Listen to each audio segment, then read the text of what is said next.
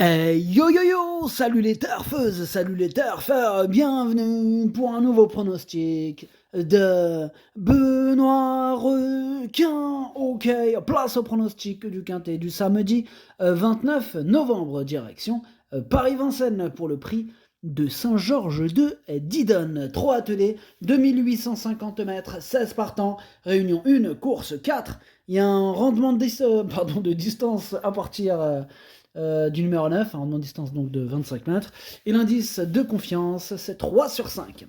Cette vidéo, je la tourne avant l'arrivée du quintet de ce vendredi. Je reviendrai dessus demain. Ok, c'est parti, on commence le pronostic et on commence avec le numéro 1, Invictus du dollar. Ce numéro 1, je ne l'ai pas retenu.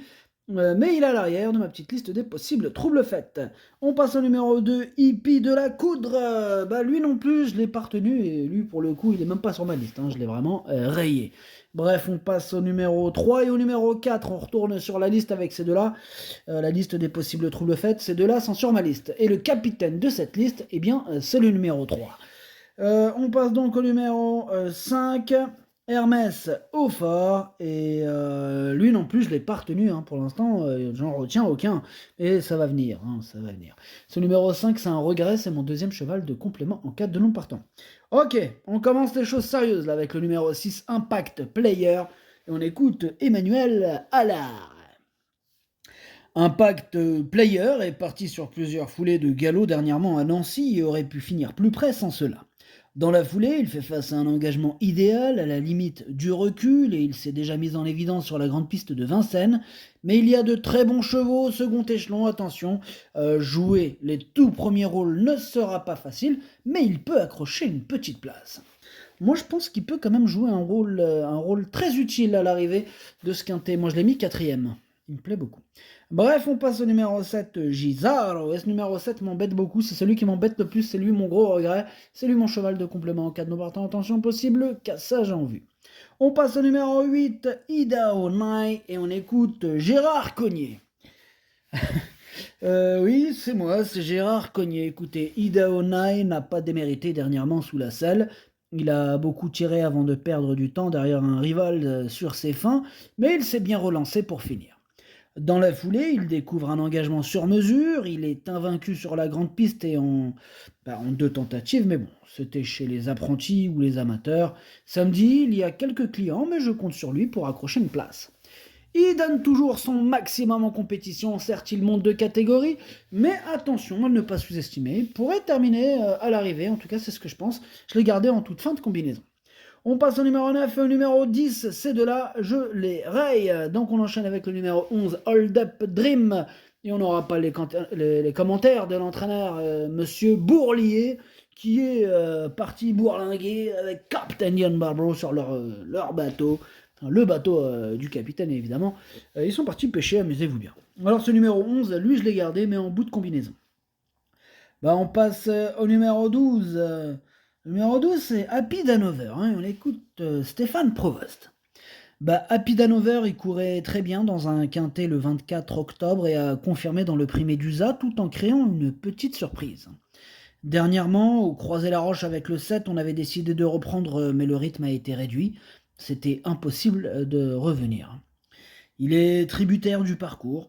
En tête, l'opposition est jouable, en se faisant bien ramener, il devrait terminer à l'arrivée. Ok, merci Stéphane. Ce numéro 12, moi, il me plaît bien. Je l'ai gardé, même même en rendant les 25 mètres, je pense qu'il peut terminer à l'arrivée. Moi, je l'ai mis donc 5ème. On passe au numéro 13, Galion, et on écoute Alexandre de Jésus. Galion ne doit pas être jugé sur sa prestation à Agen. Avec le 8, ce n'était pas évident, mais sa course est assez bonne. Il rend la distance et a besoin d'une bonne course et se faire ramener pour être compétitif. Il est capable de se glisser dans le quintet. Il a des références à Vincennes. Pareil que le précédent cité. Lui aussi, je l'ai gardé, d'ailleurs, collé à lui. Je l'ai mis 6ème. On passe au numéro 14, Insight Spoken, et on écoute Eric Raffin.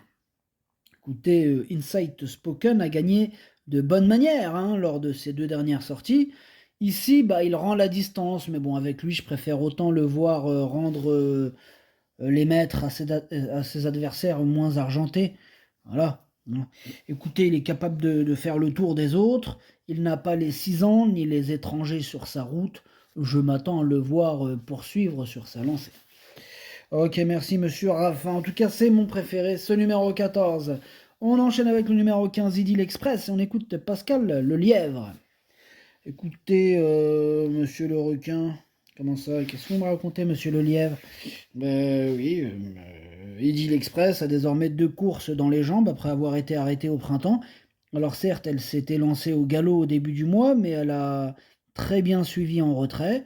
Elle a travaillé sérieusement depuis et va se présenter au top pour cet engagement favorable. Elle rend la distance, mais avait gagné dans les mêmes conditions avec Jean-Michel Bazir au printemps. Sa place est sur le podium. Sa place est sur le podium. En tout cas, moi, je le vois bien batailler pour les toutes premières places. Avec le précédent cité d'ailleurs, moi je l'ai mis deuxième. Et on termine avec le numéro 16, Intouchable. On écoute Antoine Marion. Ben, Intouchable a été décevant là, pour son retour au sulky. Bon, on a procédé à quelques réglages et il semble mieux travailler. Bah, il lui faut montrer son vrai visage en compétition maintenant. Ouais. Bah, si tel est le cas, je serais déçu de ne pas le voir disputer les premières places. Il n'aura pas de meilleur engagement à courir. Ouais, donc t'as entendu, monsieur Intouchable, hein, t'as pas intérêt à le rater cet engagement, parce que apparemment celui-là, c'est le plus doré. Bah voilà, en tout cas, vu la beauté de cet engagement, je me dis, c'est le moment ou jamais de le mettre dans son prono, et qui plus est de le mettre assez haut. Moi je l'ai mis troisième.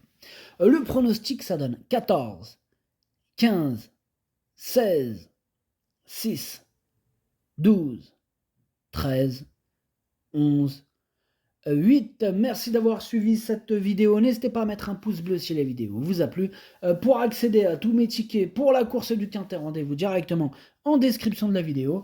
Vous avez aussi le bouton rejoindre directement sur YouTube qui vous donne accès au pronom 8 plus 2, ainsi que le chef et capitaine de ma liste des casseurs. Désolé, j'ai bugué.